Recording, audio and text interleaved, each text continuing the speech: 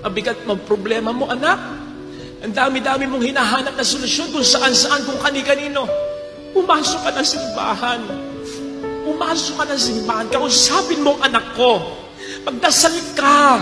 Magsisi ka sa kasalanan mo. At mararamdaman mo ang yakap, ang paggabay, at ang tulong niya. Lahat tayo, alam mo, mahal ka ng asawa mo yan eh. Lahat tayo, alam mo, mahal ka ng anak mo yan eh.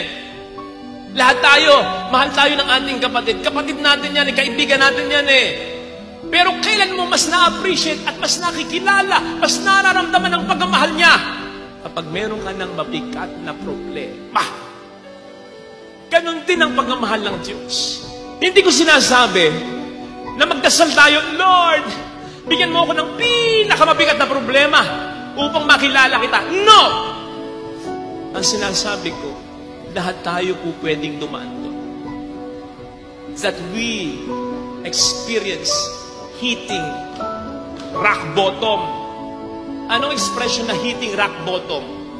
Nasabi nung engineer, Father, sa tatayuan mong simbahan, matigas tong batong ito, kinakailangan ng matinding driller dito. So, hitting rock bottom sa problema, parang yun ang pinakamabigat na problema. Wala nang mas didiin pa. Rock bottom ka na. May quote, ang sabi, God sometimes lets us experience hitting rock bottom for us to discover that He is the rock at the bottom.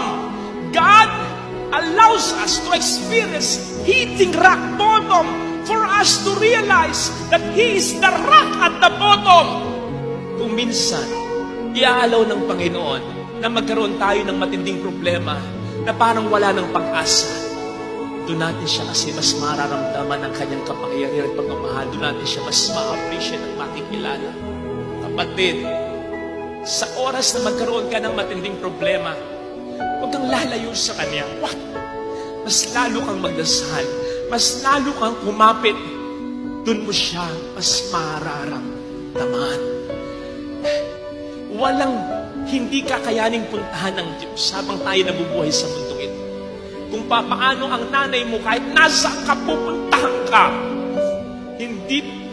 Walang hindi kakayaning puntahan ng Diyos habang tayo nabubuhay. Upang tayo ay Kanyang samahan at tulungan, paniwalaan.